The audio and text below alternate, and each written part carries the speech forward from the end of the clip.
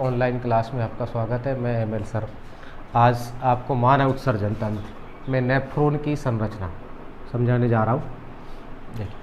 कल पिछले हमने वीडियो में बात करी थी नेफ्रॉन की संरचना की। पहली जो है मेलपीगिकाय,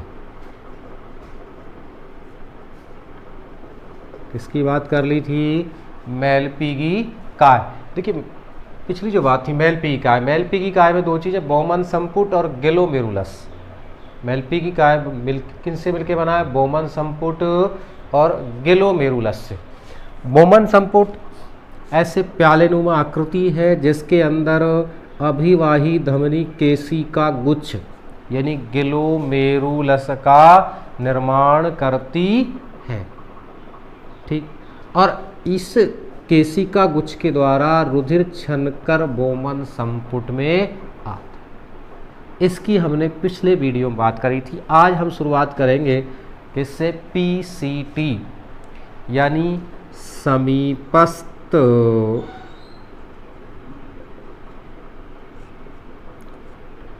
कुंडलित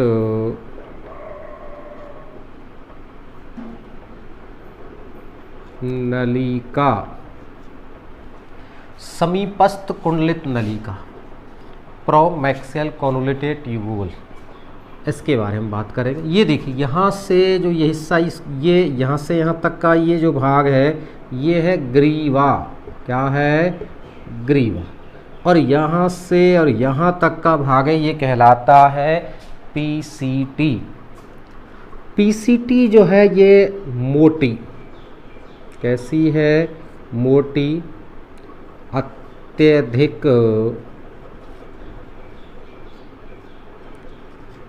कुंडलित नलिका। कैसी है?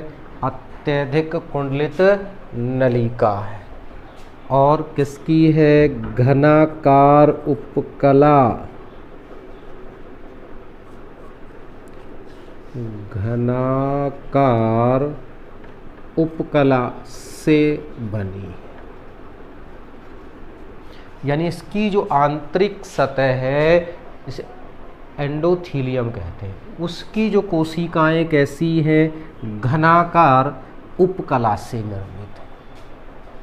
और ये जो भाग है समीपस्थ कुंडलित नलिका, डीसीटी और मेलपीगिकाय, ये तीनों ही भाग किसमें थे? हमने जब वृक्क की संरचना पढ़ी थी तो वृक्क के दो भाग थे, कॉर्टेक्स और मेडुला। उन दोनों में से पीसीटी कॉर्टेक्स में थी या मेडुला में? किसमें? कॉर्टेक्स में। किसमें थी? कॉर्टेक्स। यानी कॉर्टेक्स में 1 2 3 ये तीनों किसमें थे? कॉर्टेक्स में। ये और ये हेनले का लूप और संग्रह वाहिनी किसमें थी? मेडुला में। एक तो ये पहली बात मोटी है, अत्यधिक कुंडलित है, घनाकार उपकला से निर्मित है और वृक्क के किस भाग में? कॉर्टेक्स भाग में स्थित है। इसकी जो घनाकार उपकला है इसमें सूक्ष्माणुकुर पाए जाते हैं।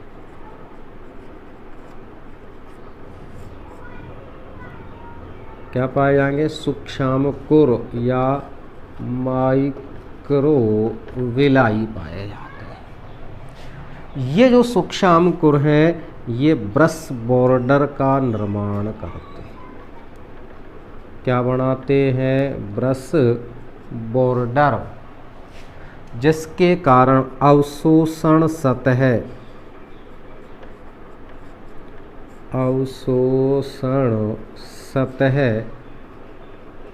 अत्यधिक बढ़ जाती है। यानी घनाकार उपकला के ऊपर, जैसे ये घनाकार कोशिका है, उपकला की इस प्रकार कोशिका है, ऐसे इसकी इस भित्ति में क्या पाए जाते हैं? इस प्रकार के अंगुली नुमा प्रवर्ध पाए जाते हैं। इनको कहते हैं माइक्रोविलाइस। और इनके कारण इसका जो अवशोषण सतह है वो 100 से 1000 गुना अधिक हो जाता है।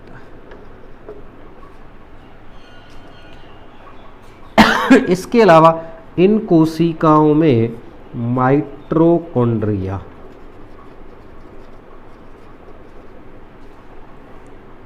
की संख्या अधिक पाई जाती है।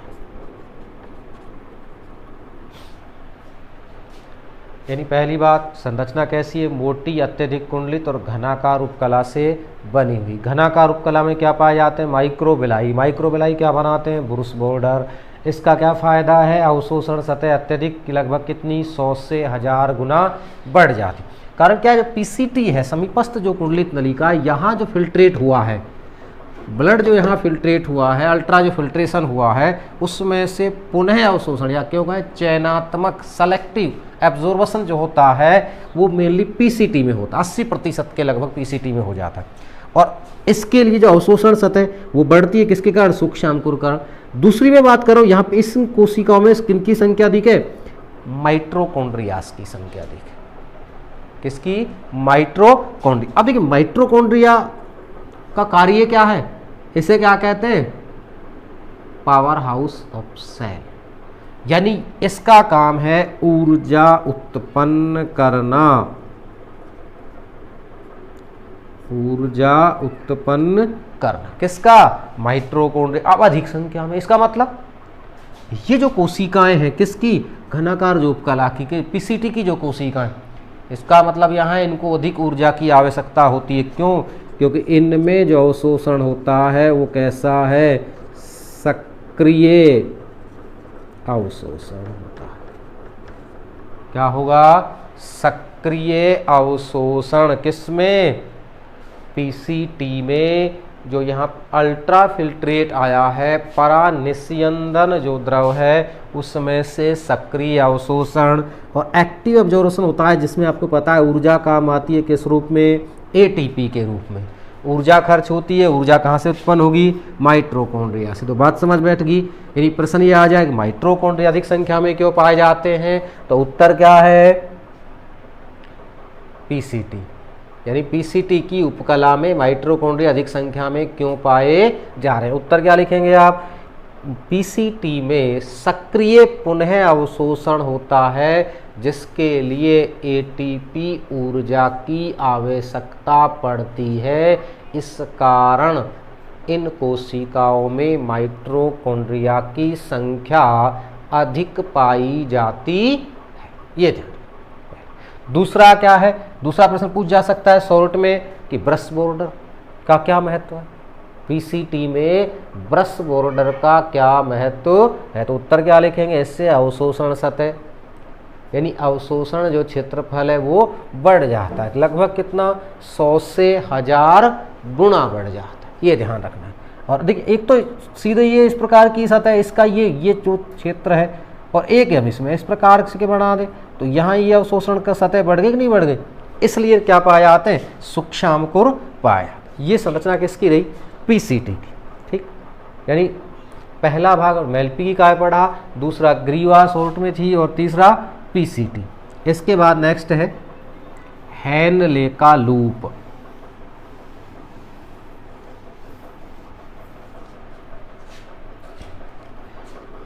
हेनले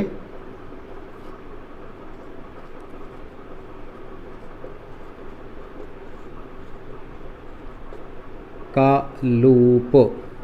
देखिए, ये जो संरचना दिख रही है ऐसी यू आकार की, यहां से और यहां तक, ये कहलाती है हेनले का लूप। इसमें दो भुजाएं, एक ये भुजा, एक है, इसको कहते हैं अवरोही भुजा।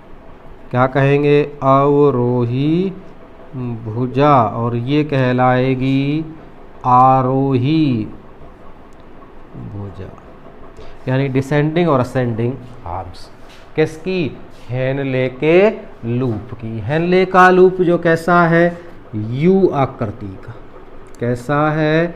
यू आकृति का है। दूसरी बात, दो भुजाएं हैं, कौन कौन सी? एक अवरोही है और दूसरी आरोही, यानी डिसेंडिंग और असेंडिंग दो भुजाएं पाई जाती हैं। इसकी जो उपकला है ये सल की उपकला होती है। कैसी है, सल की उपकला, और ये है घनाकार उपकला।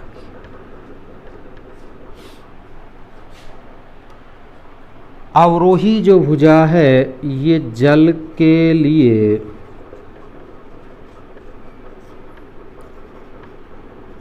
कम पारगम्य, लेकिन आयन कौन कौन से, पोटेशियम प्लस, सोडियम प्लस और क्लोरीन माइनस के लिए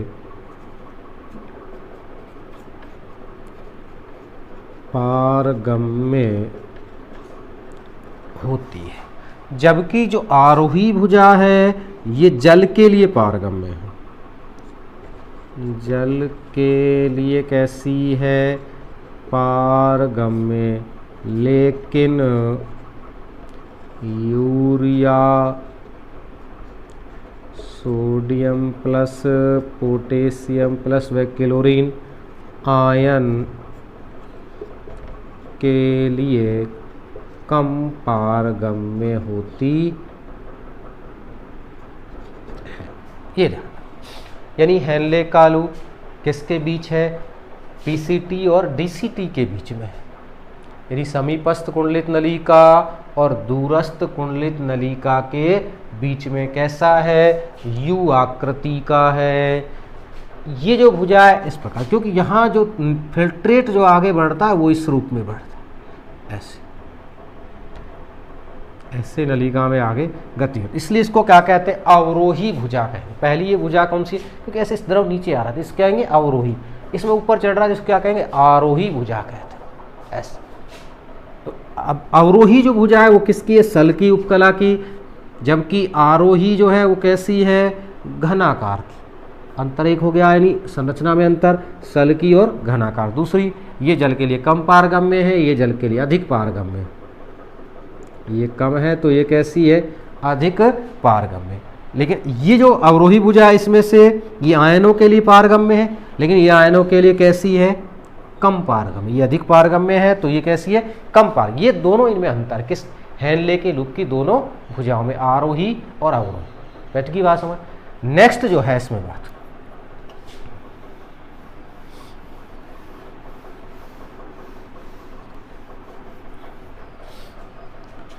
डीसीटी।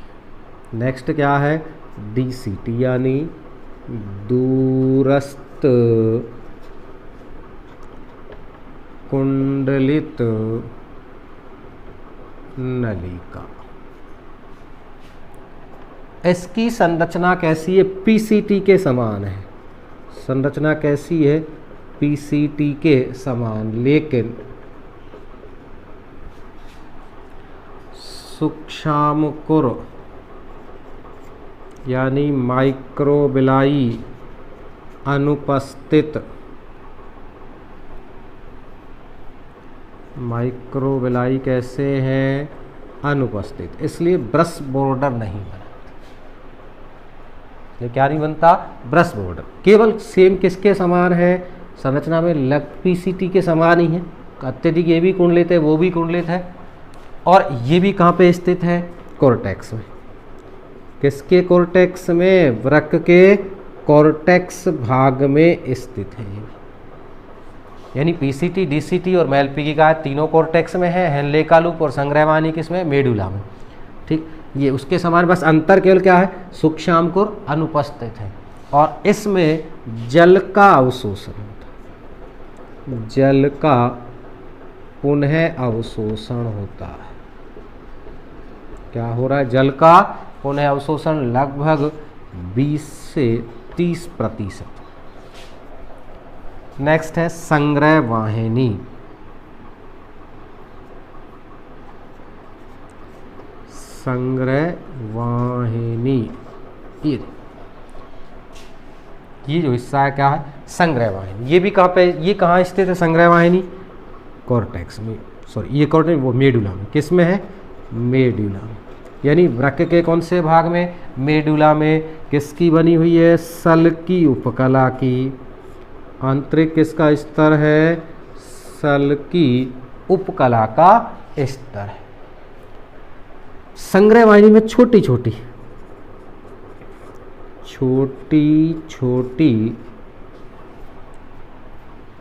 संग्रह वाहिनियां आपस में मिलकर बड़ी संग्रह वाहिनी बनाती है, जिसे बेलीनाई की नलिका कहते हैं। यानी संग्रह वाहिनी कैसी है, देखो मेडुला में स्थित है, सल की उपकला की है, छोटी छोटी संग्रह वाहिनी आपस मिलकर क्या बनाती हैं, बेलीनाई की नलिका। और ये बेलीनाई की जो नलिका है ये किस में खुलती है, कैलिक्स में। किस में खुलेगी, कैलिक्स में। और कैलिक्स किस में खुलती है, फिर कैलिक्स के बाद मूत्र वाहिनी का जो अग्रभाग है क्या कहलाता है, पेल्विस। क्या कहला रहा है, पेल्विस। ये कहाँ पे खुलेंगी, पेल्विस में। ये किसकी, नेफ्रॉन की संरचना। एक बार दो फास्ट रिपीट करते हैं। देखिए सबसे पहले है मेलपीगी काय। ये वाला जो हिस्सा है क्या कहलाता है, ये वाला, ये पूरा मेलपीगी काय कहलाता है। अब मेलपीगी जो काय है स्थित किस में है, कॉर्टेक्स। और याद है एक बात लिखी थी हमने जब वृक्क की संरचना पढ़ी थी कि वृक्क का जो कॉर्टेक्स भाग है वो कणिकामय दिखाई देता है। कैसा दिखाई देता है, कणिकामय। किसके कारण, मेलपीगी काय के कारण कणिकामय दिखाई देता है। बात पढ़ी थी ना। तो मेलपीगी काय। अब मेलपीगी काय फिर दो चीजें, बोमन संपुट और ग्लोमेरुलस। बोमन संपुट कैसा है, कीप के समान है। कैसा है, ऐसा चौड़ा कीप के समान है। फिल्ट्रेट इसमें, यानी अल्ट्रा जो फिल्ट्रेशन होता है वो इसमें निस्यंदित छन के आता है। और या इसमें विशेष प्रकार की कोशिकाएं पाई जाती है उपकला में। कौन सी, क्या नाम था कोशिकाओं का, पदाणु या पोडोसाइट्स पाई जाती है। ये इन केशिका की जो भित्ति है एपिथीलियम उसके साथ मिलकर निस्यंदन स्तर का निर्माण करती है, बोमन। और यहाँ ये देखिए अभिवाही धमनी इस बोमन संपुट में क्या बनाती है, केशिका गुच्छ या ग्लोमेरुलस का निर्माण करती है। क्या बना रही है, केशिका गुच्छ। और लगभग 50 शाखाओं में विभाजित थी। और इन केशिकाओं की भित्ति सामान्य कोशिकाओं की अपेक्षाकृत अत्यधिक पतली थी। 500 से 1000 एंगस्ट्रॉम के क्या थे, इतने 500 से 1000 एंगस्ट्रॉम व्यास के छिद्र इसमें थे, जिससे एक निस्यंदन परत का निर्माण करा। इसके बाद ग्रीवा है। ये भी कैसी है, सल की उपकला के द्वारा निर्मित है। छोटी सी नलिकाकार संरचना है जो पीसीटी और मेलपीगी काय को आपस में जोड़ती है। पीसीटी किसके द्वारा, घनाकार उपकला से थी, निर्मित थी। आंतरिक स्तर पर माइक्रोबेलाई पाए जा रहे थे, जिसके कारण अवशोषण सतह का क्षेत्रफल अत्यधिक लगभग 100 से 1000 गुना बढ़ गया था। ब्रश बॉर्डर के कारण माइटोकॉन्ड्रिया अधिक थे, जिसके कारण क्या है, अधिक ऊर्जा की आवश्यकता है। पीसीटी में पुनः सक्रिय अवशोषण होता है, इसलिए हेनले कालू 2 भुजाएं हैं, अवरोही और आरोही। अवरोही क्या है, डिसेंडिंग है, जिसमें क्या होता है, इसकी जो भुजा है आयनों के प्रति पारगम्य, जल के लिए कम पारगम्य। ये जल के लिए पारगम्य, आयनों के लिए कम पारगम्य, ठीक। और यू आकृति की है, मेडुला भाग में स्थित है। इसके बाद डीसीटी की संरचना पीसीटी के समान थी लगभग, लेकिन केवल अंतर क्या था, सूक्ष्मांकुर नहीं पाए जाते थे। और नेक्स्ट है संग्रह वाहिनी, जो किसमें, मेडुला में है। और छोटी छोटी संग्रह वाहिनी आपस में मिलकर क्या बनाती है, बेलीनाई की नलिका। ये ध्यान रखना, बेलीनाई की नलिका किस में खुलती है, कैलिक्स के द्वारा पेल्विस में खुलती है। ये रही इसकी संरचना। नेक्स्ट हम बात करेंगे मूत्र निर्माण, उत्सर्जन की क्रियाविधि। अभी तक हमने केवल बात करी है संरचना की, अभी तक हमने क्या है, संरचना। अब हम क्या पढ़ेंगे, उत्सर्जन की क्रियाविधि। उत्सर्जन की क्रियाविधि। उत्सर्जन की जो क्रियाविधि है उसमें 3 मेन। नंबर 1 है परानिस्यंदन, परानिस्यंदन यानी अल्ट्रा फिल्ट्रेशन। नंबर 2 है चयनात्मक पुनः अवशोषण। तीसरी बात में है सीक्रेशन या स्रवण। इन 3 चीज़ों के बारे में बात करें। इन 3 पॉइंट्स में पढ़ेंगे क्या, उत्सर्जन की क्रियाविधि। देखिए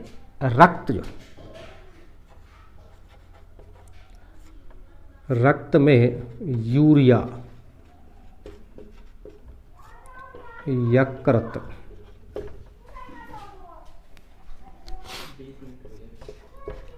से डाला जाता है। यानी हमने शुरुआत में पढ़ा था कि नाइट्रोजनी उपापचय, नाइट्रोजनी जो मेटाबॉलिज्म रिएक्शंस हैं उनमें क्या बनती है, NH3 अमोनिया, और अमोनिया को यूरिया में परिवर्तित कर रहा है कौन, यकृत। तो यहाँ यकृत से पश्च महाशिरा, किसके द्वारा, पश्च महाशिरा द्वारा यूरिया युक्त रक्त कहाँ पे आता है, वृक्कों में। कहाँ पे आएगा, वृक्कों में। और वृक्कों में आने के बाद नेफ्रॉन्स, जो कि वृक्क की क्या है, क्रियात्मक व संरचनात्मक इकाई है। नेफ्रॉन्स के किसमें, मैलपीगी काय में इसका परानिस्यंदन होता है। नेफ्रॉन्स में क्या हो रहा है, इसका परानिस्यंदन यानी अल्ट्रा फिल्ट्रेशन होता है। किसमें, मैलपीगी काय में। देखिए इस अल्ट्रा फिल्ट्रेशन की क्रियाविधि क्या है, यानी पहली बात तो यहाँ तक जो रक्त में यूरिया मिला वो किसके द्वारा, यकृत के द्वारा। अमोनिया को यूरिया में परिवर्तित किया किसने, यकृत ने। क्यों किया, क्योंकि अमोनिया अधिक विषैली है, यूरिया अपेक्षाकृत कम विषैला है। मानव कैसा प्राणी है, यूरियोटैलिक, अर्थात नाइट्रोजनी अपशिष्टों को यूरिया के रूप में त्यागता है। परानिस्यंदन की बात।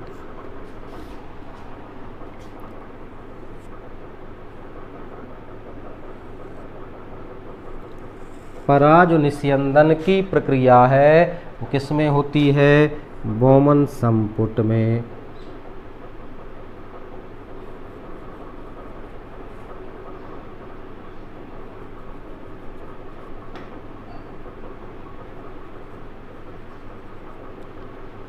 यह है अभिवाही धमनी और ये है अपवाही।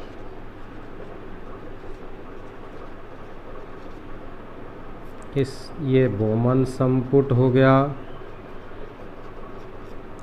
ये केशिका गुच्छ यानी ग्लोमेरुलस,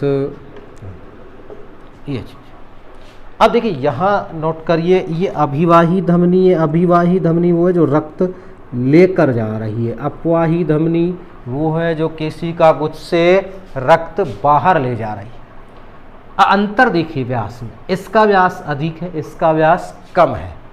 तो यहाँ रक्त जो है वो तेजी से आता है लेकिन उतनी तेजी से आगे जा नहीं पाता, इसलिए केशिका गुच्छ में ग्लोमेरुलस यानी GHP उत्पन्न होता है।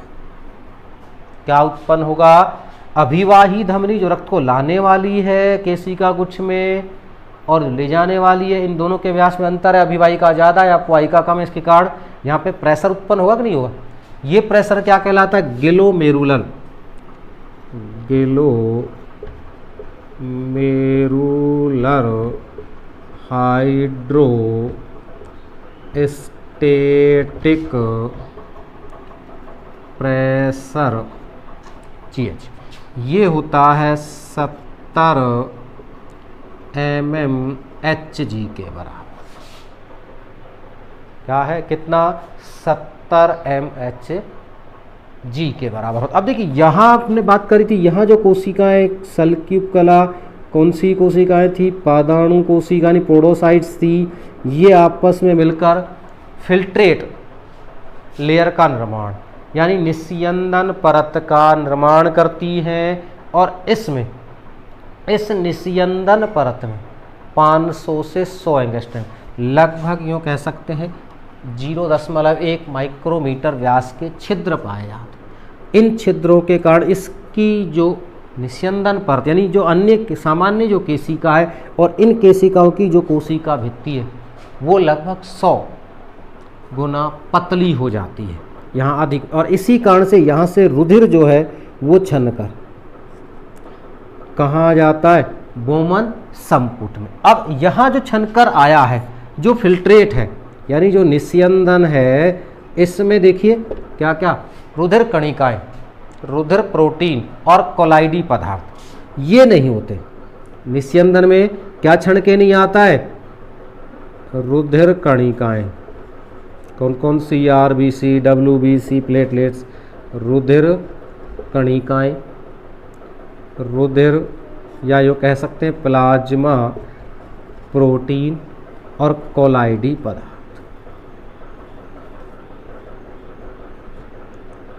ये छनके नहीं आते, इनका फिल्ट्रेशन नहीं होता। फिर होता किसका, क्या क्या आता है, देखो यूरिया,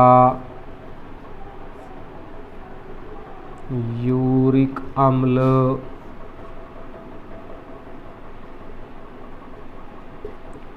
क्रिएटिनिन, ये तो उत्सर्जी पदार्थ क्या है, उत्सर्जी पदार्थ। कौन कौन से, यूरिया, यूरिक अम्ल और क्रिएटिनिन, ये तो उत्सर्जी के साथ साथ क्या आता है छन के, ग्लूकोज, वसीय अम्ल,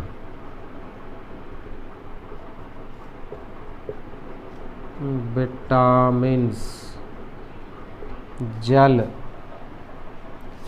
अमीनो अम्ल इत्यादि, ये छनकर आते हैं। लेकिन ये तीन चीज़ ऐसी हैं जो छनके नहीं आती। अब देखिए यहाँ जो निस्यंदन हुए इसमें ये चीज़ें तो उत्सर्जी है, हानिकारक, लेकिन ये चीज़ें कैसी हैं, उपयोगी हैं। इसलिए यहाँ जो फिल्ट्रेशन है इसको हम अल्ट्रा फिल्ट्रेट बोलते हैं, निस्यंदन पदार्थ बोलते हैं या निस्यंदन द्रव कहते हैं, मूत्र नहीं कहते। कारण क्या है, इसमें हानिकारक के साथ साथ उपयोगी पदार्थ भी है। अब छनके किस कारण से आया, जीएचपी के कारण, यानी यहाँ अभिवाही धमनी का व्यास अधिक, अपवाही का कम होने के कारण दाब बढ़ा, कितना, 70 mmHg के बराबर। लेकिन ये जो नेट यहाँ पे प्रेशर लगता है EFP, सॉरी,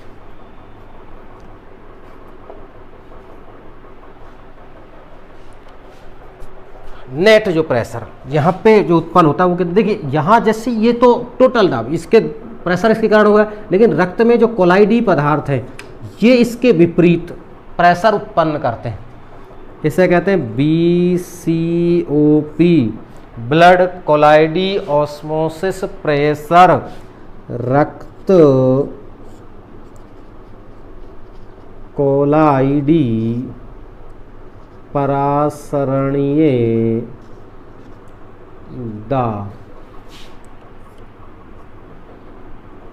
30 mmHg के बराबर। ये माइनस में, ये प्लस में है, तो ये कैसा है, इसके विपरीत है। यानी जब GHP जो है इसमें इसके विपरीत दाब लगता है, कौन सा, कोलाइडी, रक्त कोलाइडी परासरणीय दाब। इसके अलावा देखो जैसे जैसे फिल्ट्रेशन यहाँ छन के आएगा तो ये भी तो विपरीत दाब लगाएगा, ये भी तो विपरीत, इसको क्या कहते हैं, CHP,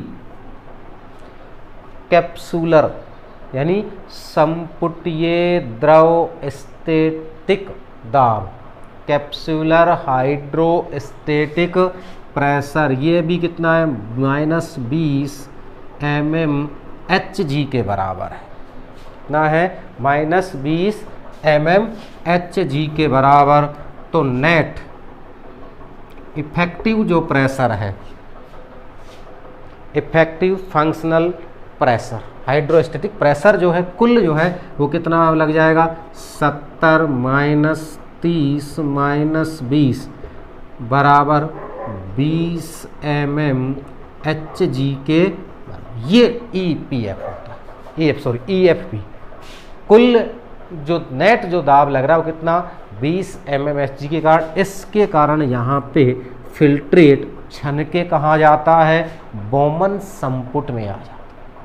कहाँ छन के आया, बोमन संपुट में। किसके कारण, GHP के कारण। GHP टोटल कितना है 70, लेकिन इसके विपरीत BCOP रक्त कोलाइडी परासरणी दाब 30, संपुटीय हाइड्रोस्टैटिक प्रेशर 20, कुल कितना लगा 20। इसके कारण यहाँ पे फिल्ट्रेट छन के आया गया, यानी रक्त में से क्या क्या चीज़ छन के आई, यूरिया, यूरिक अम्ल, क्रिएटिन, उत्सर्जी पदार्थ, साथ में उपयोगी पदार्थ ग्लूकोज, वसी अम्ल, विटामिन, जल, अमीनो अम्ल इत्यादि छन के आया।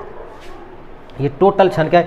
यहाँ जो छन के आया, टोटल जो पदार्थ छन के आया, एक दिन में वृक्कों के द्वारा लगभग 180 लीटर द्रव छनता है। कितना छनता है, 180 लीटर के आसपास द्रव छनता है। इसमें से मात्र 0.8% ही मूत्र में परिवर्तित होता है, शेष पुनः अवशोषण हो जाता है। शेष का क्या है, पुनः अवशोषण। क्या हो गया शेष का, पुनः अवशोषण। ये ध्यान देना। अभी हमने केवल किसकी बात करी, अल्ट्रा फिल्ट्रेशन की बात। क्रियाविधि में केवल एक ही 3 बात लिखी थी हमने, अल्ट्रा फिल्ट्रेशन है, उसके बाद पुनः अवशोषण है, चयनात्मक, और तीसरा है सीक्रेशन। लेकिन अभी हम आज की वीडियो में केवल कहाँ तक कर रहे हैं, परानिस्यंदन तक ही बात कर रहे हैं। परानिस्यंदन होता कहाँ है, मेलपीगी काय में।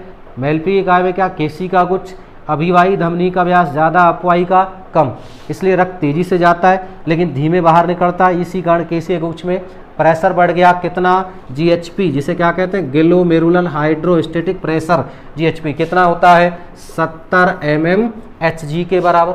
लेकिन इसके विपरीत रक्त में उपस्थित कोलाइडी पदार्थ, रक्त में जो कोलाइडी पदार्थ पाए जाते हैं वो इसके विपरीत प्रेशर उत्पन्न करते हैं। उसे क्या कहते हैं, रक्त कोलाइडी परासरणीय दाब, ब्लड कोलाइडी ऑस्मोसिस प्रेशर। कितना, 30 mmHg के बराबर होता है। जैसे जैसे इसमें बोमन संपुट में द्रव छन के आता है तो वो भी इसके विपरीत दाब लगाता है, उसे कहते हैं CHP, संपुटीय हाइड्रोस्टैटिक प्रेशर। कितना, 20 mmHg। इसलिए नेट जो बनता है वो कितना है, 20 mmHg। इसके कारण रक्त छन के आता है कहाँ पे, बोमन संपुट में। और उसमें क्या क्या है, यूरिया, यूरिक अम्ल और क्रिएटिन उत्सर्जी पदार्थ, ग्लूकोज, वसी अम्ल, विटामिन, जल, अमीनो अम्ल इत्यादि। ये तो उत्सर्जी पदार्थ है। और ये कैसे हैं, उपयोगी पदार्थ। कैसे हैं, उपयोगी पदार्थ। इन्हीं का पुनः अवशोषण होता है। इनका क्या होगा, पुनः अवशोषण होता है। जबकि ये 3 चीजें, रुधिर कणिकाएं, रुधिर प्रोटीन और कोलाइडी पदार्थ, ये छन के नहीं आते। ठीक, तो ये बात रही किसकी, निस्यंदन, अल्ट्रा फिल्ट्रेशन। ठीक, इससे आगे नेक्स्ट जो है पुनः अवशोषण की बात करेंगे नेक्स्ट वीडियो में। धन्यवाद।